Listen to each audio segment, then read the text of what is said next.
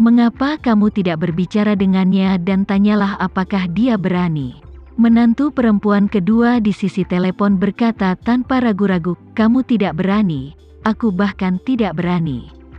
Saat dia mengatakan itu, dia menangis dan berkata, polisi akan menyegel apapun yang ingin mereka tutup. Selama bertahun-tahun, selain mengurus anak di rumah, aku tidak pernah melakukan sesuatu yang melawan hukum. Jadi polisi pasti tidak akan bisa menangkapku juga. Mendengar ini, menantu tertua pun ikut bersuara, ya. Kami adalah dua wanita, dan kita tidak bisa berbuat apa-apa selain melahirkan, menyusui anak, dan merawat anak, dan kami tidak pernah melakukan kesalahan. Polisi itu pasti tidak akan melakukan apapun pada kita. Ketika Elizabeth mendengar ini, kemarahannya melonjak jauh di dalam hatinya, dan dia ingin segera kembali dan membunuh kedua menantu perempuan itu.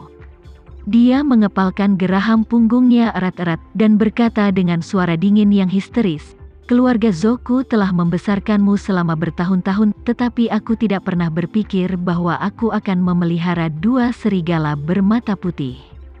Jika kalian berdua tidak melakukan apa yang aku katakan, tunggu aku kembali ke Indonesia. Kau adalah orang pertama yang akan kuhabisi. Menantu perempuan kedua menjadi pucat karena ketakutan pada saat ini.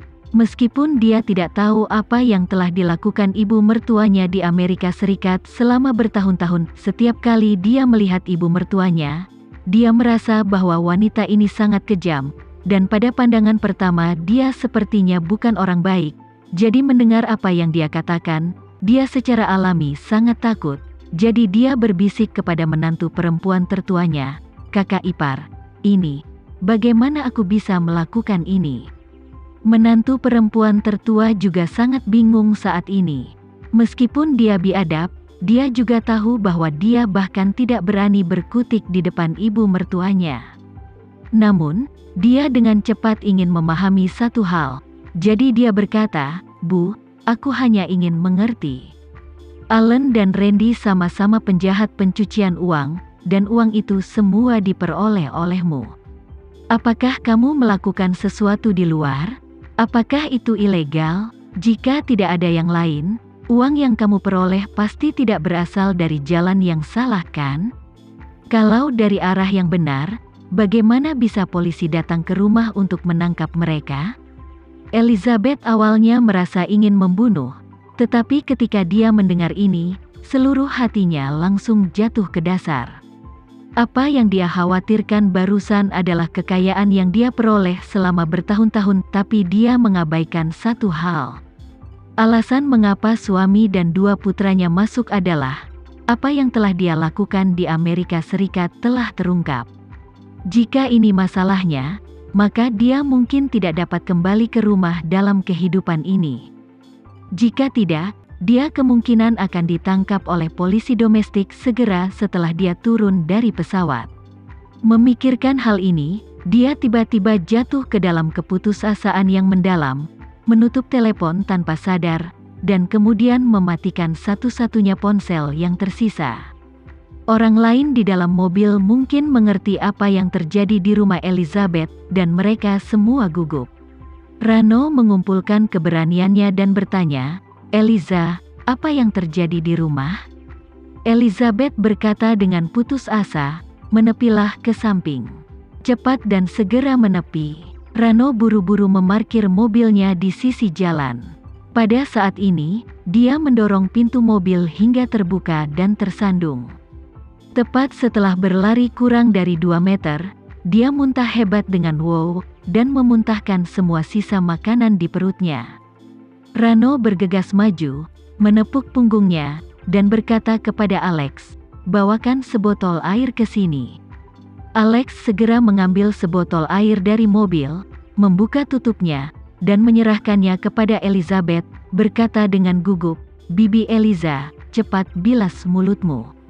Elizabeth muntah tak terkendali dan bahkan memuntahkan empedunya, wajahnya sepucat kertas, seperti pasien sakit parah yang hampir meninggal. Dia mengambil air yang diberikan Alex, hanya menyesapnya, lalu terbatuk-batuk. Air tersebut bercampur dengan empedu dan mengalir deras sepanjang trakea ke rongga hidung. Itu adalah rasa sakit yang tak terlukiskan. Elizabeth bergumam pada dirinya sendiri, tidak mungkin. Mengatakan itu, karena kebencian di hatinya, dia melemparkan botol penuh air jauh-jauh dan meraung putus asa dan histeria. Mengapa? Mengapa ini terjadi? Itu setengah kerja keras hidupku. Meskipun nenek moyang telah lama memperingatkan bahwa uang adalah sesuatu di luar tubuh, faktanya, banyak orang lebih menghargai uang daripada nyawa. Orang keji seperti Elizabeth telah mengesampingkan hidup dan matinya untuk waktu yang lama. Baginya, pengejaran terbesarnya adalah menghasilkan lebih banyak uang agar keluarganya dapat meneruskan. Jika di masa depan, keturunannya bisa menjadi kekayaan generasi kedua dan ketiga, dan terus menjadi makmur, itu akan menjadi tujuan akhir hidupnya untuknya. Tujuan utamanya dalam hidup bukanlah agar satu keturunannya menjadi kaya, tetapi dalam memungkinkan seluruh keluarga untuk menyelesaikan perubahan nasib. Terus terang, itu berarti mengorbankan dirinya sendiri dan membuat generasi bahagia. Oleh karena itu, jika dia dibunuh pada saat ini dan keluarganya tidak akan terpengaruh dengan cara apapun, dia tidak akan pernah ragu-ragu. Tapi sekarang, masalah ini telah berkembang ke arah yang paling tidak ingin dia lihat. Fondasi inilah yang telah dia kerjakan dengan sangat keras untuk runtuh dalam sekejap. Dia merasa bahwa kematian seseorang tanpa mengeluarkan uang bukan hanya sebuah tragedi, tapi simbol kesuksesan. Karena di keluarga besar di Amerika Serikat, mereka telah mewariskan kekayaan selama ratusan tahun, tanpa kecuali, meninggal dan uangnya tidak dihabiskan. Di jalanan, para tunawisma yang bahkan tidak bisa tidur di tenda, dan hanya bisa meringkuk di bawah jembatan yang semuanya khas, mereka hidup, uang hilang, tanpa terkecuali. Karena itu, ketika semua usahanya sia-sia dan semua fondasinya hancur, baginya, itu adalah tragedi nyata di bumi, bencana nyata. Pada saat ini, dia putus asa. Setelah dia memuntahkan semua yang ada di perutnya yang bisa dia muntahkan, dia jatuh di rumput di pinggir jalan, memeluk lututnya dan menangis.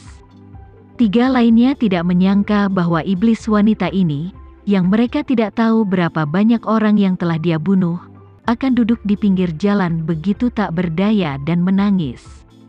Pada saat tertentu, Rano merasa agak berbeda. Dia awalnya berpikir bahwa seseorang dengan hati yang keras seperti Elizabeth, siapa yang mengesampingkan hidup dan matinya pada saat yang sama tidak akan takut dalam hidup ini. Tanpa diduga, dia tidak takut mati, tetapi dia paling takut akan kemiskinan. Namun, di hati Rano, rasa senang membanjiri tanpa sadar pada saat ini. Dia telah lama mengkritiknya. Di satu sisi, wanita ini memiliki kendali mutlak atas kelompok kecil mereka, dan dia tidak pernah menunjukkan wajah yang baik kepada mereka. Di sisi lain, itu karena wanita ini berpenghasilan jauh lebih banyak daripada dia. Terkadang, melihat orang lain menghasilkan uang lebih tidak nyaman daripada kehilangan uang sendiri. Saya lebih suka kehilangan 100 sendiri daripada melihat orang lain mendapatkan 10,000. Ini adalah kasus dengan dia. Meskipun dia juga menghasilkan uang di Amerika Serikat saja, istri, anak, dan cucunya semuanya bergantung padanya untuk mendukungnya di Indonesia, tetapi keluarganya tidak kaya. Selama bertahun-tahun, uang tunai yang dia berikan kepada keluarganya secara total diperkirakan sekitar 20 miliar.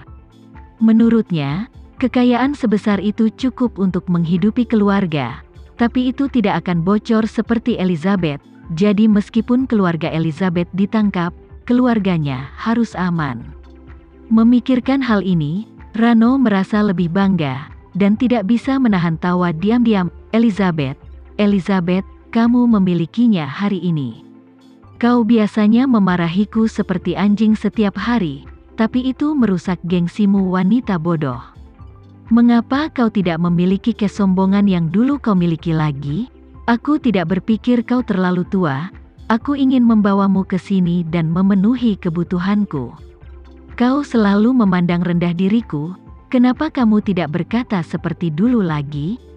Selain itu, dia merasa bahwa dia selalu cemburu karena Elizabeth menghasilkan lebih banyak uang. Tapi sekarang, asetnya langsung dibersihkan, dan dia telah mencapai menyalip Elizabeth dalam sekejap, dan itu adalah menyalip berguling.